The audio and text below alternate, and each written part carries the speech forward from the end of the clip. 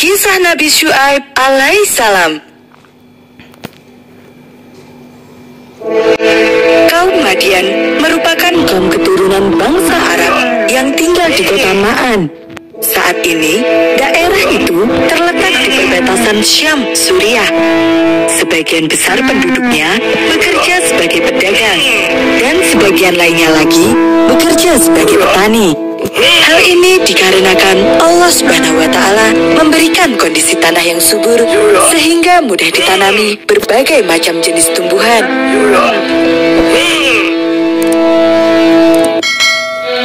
Sebagian besar kaum Madian menyembah pada pohon Aikah, sebuah pohon yang sangat besar dan berdaun lebat.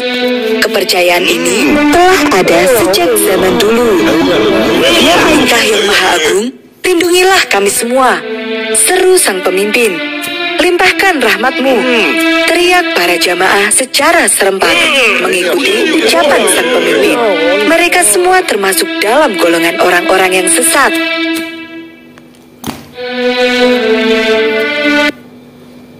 Allah mengutus seorang nabi untuk membimbing kaum Madian kembali kepada ajaran agama yang benar. Dia adalah Nabi Syuaib alaihissalam, seorang pemuda yang soleh, ramah, dan juga tampan. Nabi Syuaib berkata kepada kaumnya, "Hai kaumku, sembahlah Allah. Sekali-kali tiada Tuhan bagimu selain Dia." Namun, tidak ada seorang pun yang menghiraukan seruan tersebut. Mereka terus saja menyembah pada Aikah.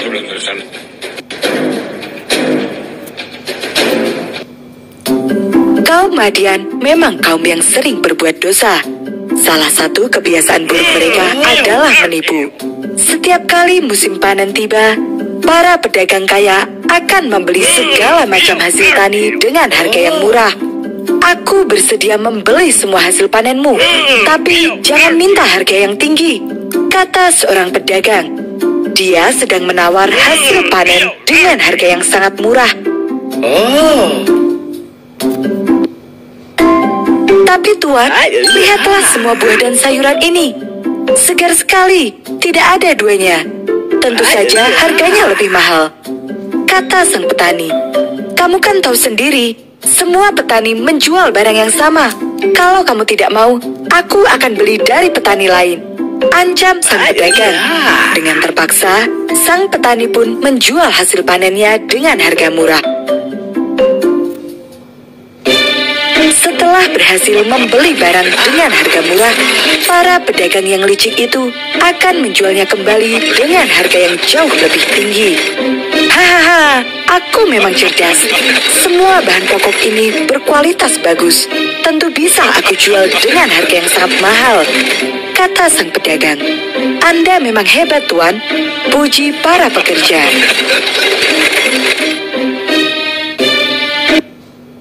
Perbuatan buruk kaum Madian tidak hanya berhenti sampai di situ. Dalam menjual barang-barang pun, mereka selalu melakukan kecurangan.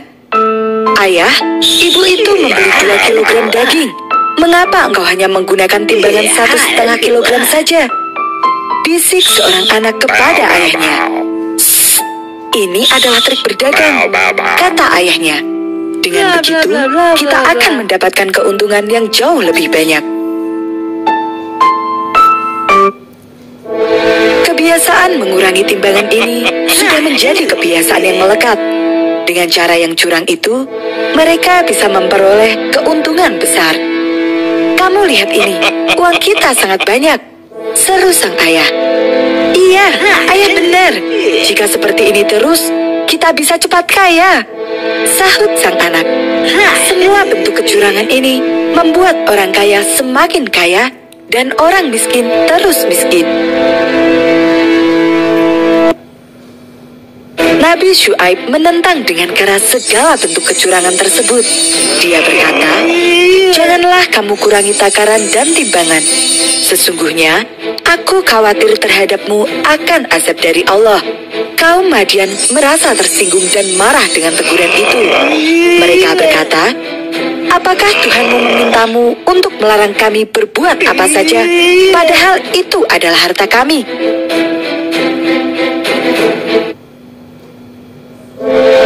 Nabi Syuaib kembali menyerukan agar mereka berhenti berbuat curang, merampas hak orang lain, dan menindas kaum yang lemah.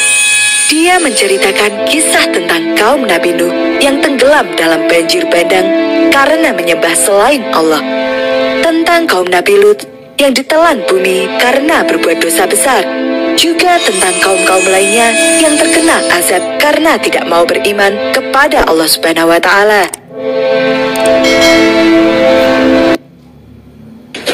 Namun, kaum Madian terus-menerus menyangkal. Mereka bertanya, "Hai Syuaib, apakah agamamu yang menyuruh agar kami meninggalkan apa yang disembah oleh bapak-bapak kami? Padahal engkau salah satu dari kami. Tapi mengapa selalu saja ingin mengatur dan membatasi kami?" Tanya yang lainnya. Pertanyaan-pertanyaan lain muncul silih berganti. Dan lama-kelamaan berubah menjadi hinaan.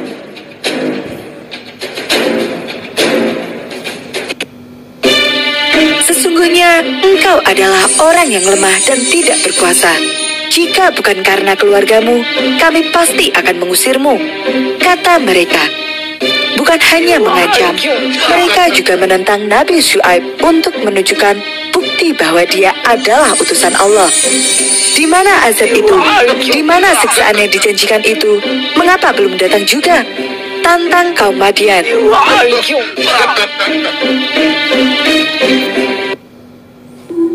Nabi Syuaib pun berdoa kepada Allah Subhanahu wa Ta'ala.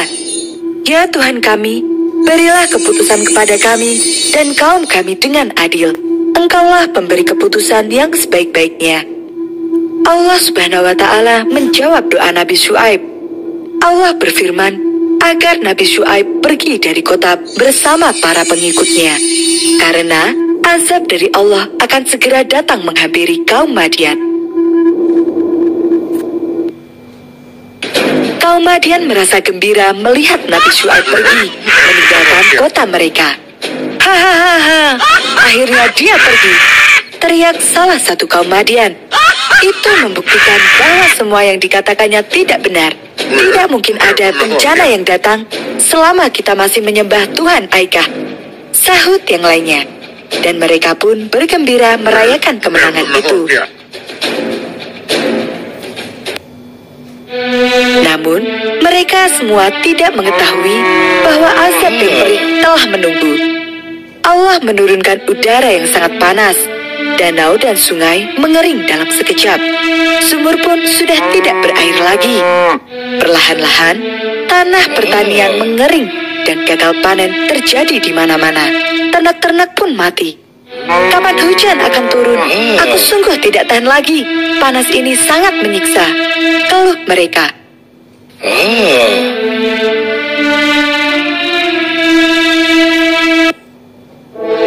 Tidak lama kemudian, awan hitam menggulung menutupi langit. Orang-orang pun berhamburan menuju keluar rumah. Hore, akhirnya hujan akan turun, teriak mereka sambil berlari menuju ke tempat-tempat yang dinaungi awan gelap tersebut.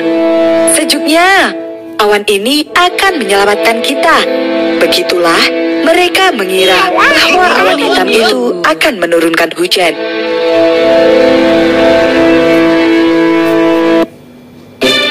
Sesaat kemudian, gumpalan-gumpalan api yang sangat panas jatuh dari awan hitam tersebut, mengenai orang-orang yang berkerumun di bawahnya. Gumpalan api itu sangat panas dan membakar apa saja yang disentuhnya.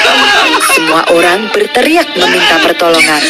Mereka berlari ke segala arah untuk mencari tempat berlindung. Namun, tidak ada lagi tempat yang aman bagi mereka.